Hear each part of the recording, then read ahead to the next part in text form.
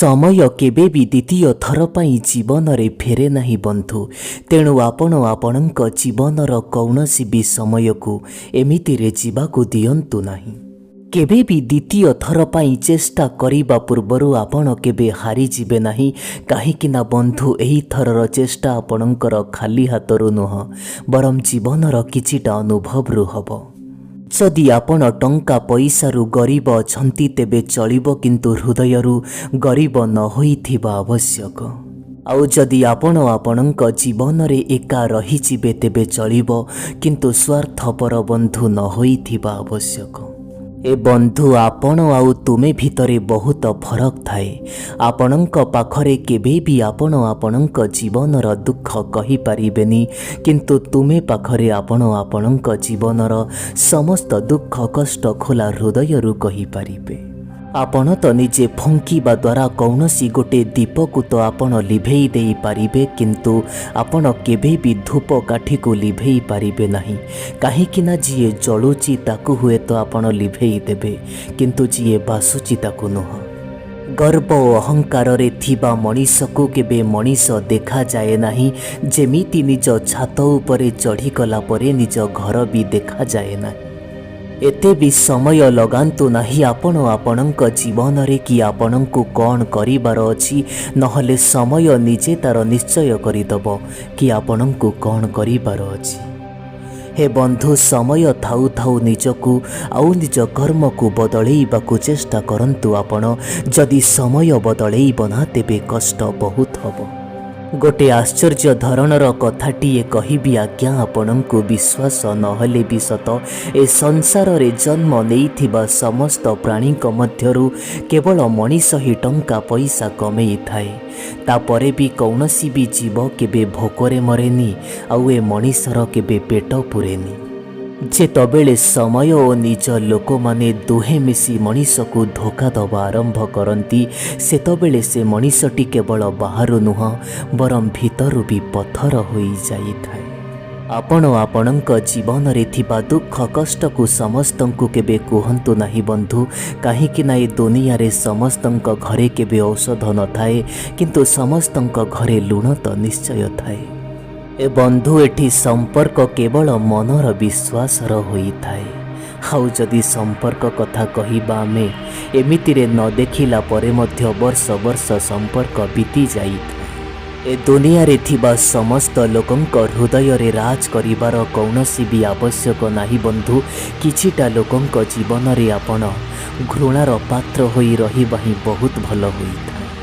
जो पर्यंत आपण लोक मानंक पाई किछि ना किछि करि जाउथिबे, से पर्यंत सेमाने किछि भी कहिबे नाही। आउ जो पर्यंत आपण ए काम को करिबा बंद करिदेबे, लोके एकथा कहिबे आज्ञा कि तुमे बदली जाइछ। आजिकालीर दुनिया रे आपणको टिके मध्य कठिन हृदय नहीं ए रास्ता को बाहरी जीवाकू हबो आज्ञा। जदि महमबती भली हृदय नहीं चलिबे, तेबे लोके आपणको जळेई देबे। गोटे कथाटीए कहबी, आपणको विश्वास नहेले भी सत ए दुनियार लोक माने केबे भी आईना देखंते नहीं, जदि सेठी चित्र बदल रे चरित्र देखा जांता। बंधु, केड़े अजब कथाटीए ना। पिला दिनर संपूर्ण जीवन आमर हैंडराइटिंग को सुधारिबा पाई चलीगला, किंतु जीवन सेई कंप्यूटर कीबोर्ड रे ही चलीची। आपण केबे भी कौनसी मनीषर केते भी प्रशंसा करंतु किछि कथा नहीं, किंतु अपमान जेबे भी कौनसी मनीष को करूचंती टिके देखी चाही करुथिबे, नहले परिस्थिति बड़ भयंकर हबो। आपण आपणक जीवन रे आवश्यकता ठारू अधिक खुशीर कथा आउ आवश्यकता ठारू अधिक दुखर कथा केबे भी कौनसी मनीष को कहिबेनी। जदि अधिक खुशीर कथा कहिबे, दुनिया ता उपरे नजर लगेइब, आउ जदि अधिक दुखर कथा कहिबे, ए दुनिया तार मजा लुटी नब। थरे मो कथार सत्यता भाबिबे निश्चय। सबुबेले आपण निज पादरे ठिया हवा पाई चेष्टा करंतु। केबे भी कौनसी मनीष उपरे भरोसा करंतु नहीं। काहेकि ना ए दुनिया रे कौनसी भी जीवन किछि भरोसा नहीं। हाँ एक कथा मु भी जानी आउ ए कथारे भी सत्यता अच्छी कि ए दुनिया रे थिबा बहुत काम रे आपण परफेक्ट नुहंती किंतु दुनिया रे एमिति भी किछि तो काम अच्छी जो काम आपणक द्वारा मध्य परफेक्ट नुह थरे ए विषय रे भाबिबे निश्चय। ए दुनिया रे गुण तो समस्तंक पाखरे अछि आज्ञा किंतु फरक केवल एमिति कौनसी मनीषर गुण ए दुनिया लोकंकु देखा जाई थाए तो कौनसी मनीषर गुण ए धराबक्षरे लुचि जाई थाए। आपण जेतबेले कौनसी लोकर अधिक स्नेह आदर करिबा पाई लागिबे सेतबेले सेई मनीष ही आपणंकु मूल्यहीन बोली भाबिदब।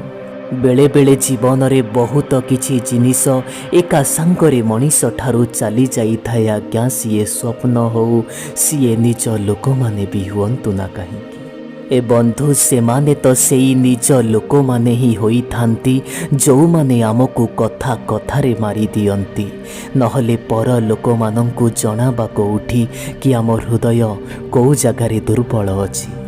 सत्य वचन और सत्य बाणी कहूथिबा लोक माने केबे भी कहा हृदय रे एतेटा जगह प्रस्तुत करि पारंती नाही जेतेटा जगह मिछ कहूथिबा लोके करि नियंती। जदि आपण कौनसी जगारे किछि भूल करि नाहंती आउ ता परे भी आपणंकु सजा मिलुची से सजा बंधु मरण ठारू भी कम नुहे।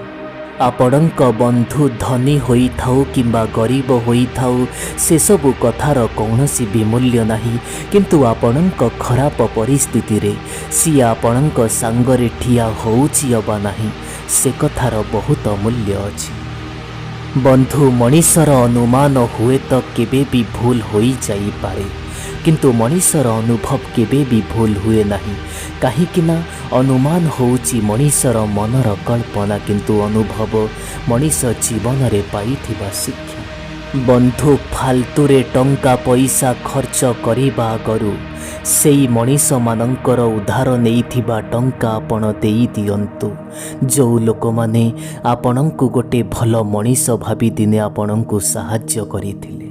केबे भी काहाकू परिवारर मूल्य एमिति रे बुझा पड़े नाही।